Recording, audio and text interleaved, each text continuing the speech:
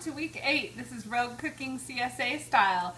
Tonight we have plans to have a picnic outside, so I'm going to show you an easy way to make a really yummy dinner that you can pack as a picnic using a lot of the produce found in this week's box. Okay, so what we're making tonight are what I'm going to call summer chicken sandwiches to go. So I've got some chicken thighs that are baking in the oven right now. What I do with my chicken thighs is I marinate them in whatever I have handy. Tonight it happens to be a pesto salad dressing that I made a week or two ago. I marinated them for a little bit, brought them to room temperature on the counter. I started them in a cast iron pan on the stove on medium-high heat for about 15 minutes. Actually, scratch that, not 15 minutes, about 3 or 4 minutes on each side until they got nice and brown, and then I finish them in the oven at 375 for about 15 minutes. So those are just finishing in the oven right now. And what we're going to do is we're going to put those on some beautiful sprouted multigrain bread from Rise Up Bakery. We're going to use some goat cheese from Mama Terra. We're also going to slice up some of the beautiful tomatoes. First tomatoes of the season in our box are going to go on these sandwiches. And I've also sliced up the cucumbers that are nice and big and round, and I'm going to salt them, and they'll taste just delicious on this sandwich. And I'm going to finish it off with some of these huge, beautiful basil leaves. I also have some onions caramelizing on the stove as we speak. So to assemble the sandwiches, what I've done is I've spread goat cheese on half of the bread. Again, I'm using the sprouted multigrain from Rise Up. Half with goat cheese and the other half with mayonnaise, and I've laid down a couple of the basil leaves first, and then I'm going to go ahead and take one of the chicken thighs, put a little salt and pepper on it, and now I'm going to go ahead and assemble the stack. So I'm going to do tomato and cucumber, and then on top of that I'm going to do these beautiful caramelized onions.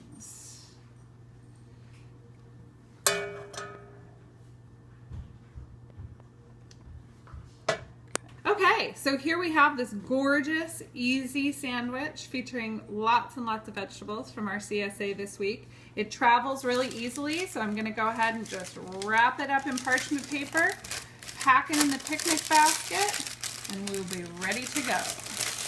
A side note on the chicken sandwiches, they turned out fabulous. We had a great picnic, but I learned a couple of things that I thought I would share.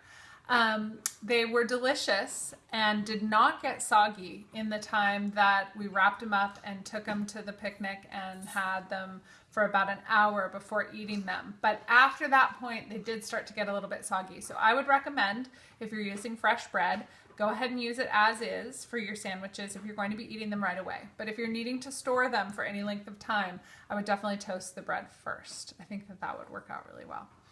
And so now we're going to go ahead and launch into part 2, which is easy sauerkraut. So we've had lots of emails from Maud lately about what to do with cabbage and how to make your own sauerkraut. It's healthy, it's delicious, way better than anything you can get at the store.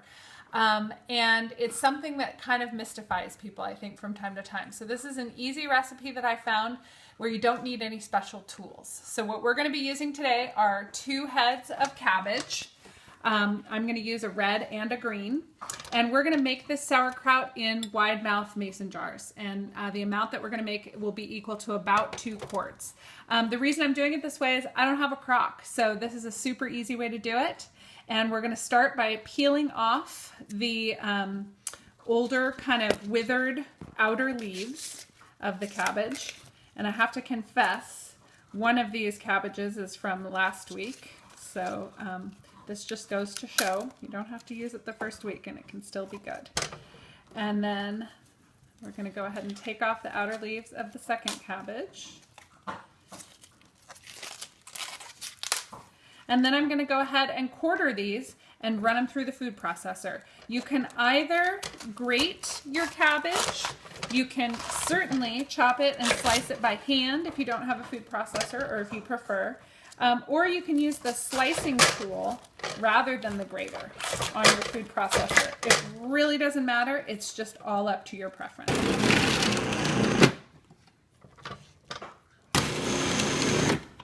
So a couple things to keep in mind as you're prepping your cabbage. I went ahead and used the slicing tool on mine because I wanted long ribbons. After you're done chopping, slicing, grating, however you're going to prep the cabbage, you're going to go ahead and transfer it to bowls. I'm using purple and green, and I'm going to mix them together because I think that'll look really cool. And for 2 heads of cabbage, we're going to use approximately 3 tablespoons of salt. So you're going to go ahead and just sprinkle that salt right over the whole cabbage in the bowl. And then with clean hands, and for this whole process, anytime you're fermenting, you just want to always start with clean everything. So it might seem obvious, but worth mentioning that clean hands, clean mason jars, you just want a clean environment so that good bacteria, that probiotic bacteria can thrive in a really good, healthy environment. Less chance of spoilage. And then you're just going to go ahead and massage that cabbage, massage the salt into the cabbage. And it's going to soften and it's going to create a watery liquid that is going to help our sauerkraut start fermenting. And because I want this to be mixed, I'm just going to be kind of mixing them back and forth as I work these 2 bowls. It's definitely about 1 head of cabbage per bowl. And you'll know when you're done because the cabbage will start to feel kind of wilty, more like coleslaw rather than fresh and crisp. And you'll know that that salt is activating. Okay, so you know you're done, again, when after massaging for approximately 5 minutes, you start to feel the cabbage breaking down. And I literally could start to feel it in my hands after 4 or 5 minutes, where it went from being crisp and crunchy to being wilted. And so that's when you know you're done massaging the salt into the cabbage. A different method here with sprinkling the salt in and massaging it in is strictly because we're not using a crock. We're going to go ahead and pack this into mason jars, and it just helps to have the salt incorporated already as we're packing it into the mason jars. So I'm now going to go ahead, still using my hands, kind of a fun project, hands-on messy project. You can have your little ones help you if you like. I'm going to go ahead and just pack this into the mason jar. And we do want to pack it tightly because we are going to be pushing this down with a weighted jar, a smaller jelly jar that will fit inside the wide mouth of the mason jar. And so we're going to just pack as much as we can in here. Now, if you're using a crock, you'll have the ability to do a lot more if you like. And you'll also be using weights. And you'll probably be layering the salt in. Okay, so once you have all the cabbage packed into your jars, mine actually went into 2 quart jars, and then I have 1 smaller one as well because there was a little bit of overflow. You're going to go ahead and take a smaller jelly jar, and you're going to want to fill it with something heavy. So I have a combination of like some beads and some little game pieces here that you're then going to push down. You want to tamp down the cabbage until you see that there's a liquid forming that comes all the way up to the top. So part of the way that you're going to make sure that your fermentation happens equally throughout the whole jar is by making sure that that liquid covers everything. And in order to keep all of the cabbage submerged, we're going to take one of those extra leaves that you pulled off from the outside, and we're going to actually use it as a cover. And we're going to go ahead and press it on the top until the liquid kind of comes up and over. And what that's doing is it's ensuring that all of the kraut that you're fermenting in there stays covered by the salt water. I'm going to give it one last push, and over the next 24 hours, you're going to go ahead and push this down a few times to keep that liquid rising up. Now, in the case that you have kind of a dry batch, which can happen from time to time based on how fresh your cabbage is and based on the water content, you might need to add some salt water after 24 hours. So if after 24 hours of pushing down, you don't see that salt water level rise, you can go ahead and take a cup of water and add a teaspoon of salt and literally make a saline solution, a saltwater solution, and pour it in there until you get that to cover all of the cabbage. So you'll see this jar is ready to go. This one I've already placed the cabbage leaf, but I haven't pressed it down yet, so you can see that liquid level rising. And I'm pushing down, and you can see how much space there is in here. So I might have been able to fit it all if I really worked hard. But this jelly jar is just simply acting as a weight. And I can see that some of that cabbage up on the sides needs to be pushed down so that it gets under the liquid. And I'm just going to do that as I go. And then once I get that really pressed down and that liquid going and rising, that one's going to be ready to go.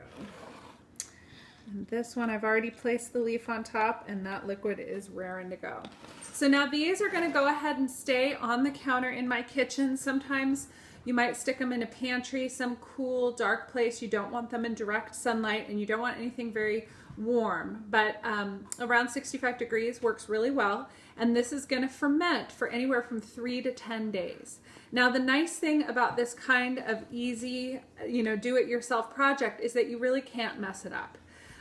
In rare cases, you'll get a batch that just goes completely bad. But for the most part, anything that happens on the top that looks funky, a little bit of white scum, a little bit of mold, can just be skimmed off with a spoon, and the rest of the kraut is perfectly fine to eat. This is also edible throughout the whole entire process. So beginning at 3 days, you're going to go ahead and taste it and see how it is. And once you get to a taste that tastes good to you, it's done. So before you let it sit on the counter to ferment, you're going to go ahead and just cover it with a cloth. The idea being you want it to breathe, but you just want to keep any dust or anything that could be floating around in your kitchen, an insect or anything out, but you do want it to breathe. So go ahead and let this ferment anywhere from 3 to 10 days. Taste it a little bit each day, and when you get the flavor you like, you're done. Put a cap on it and put it in the fridge. Enjoy. See you next week.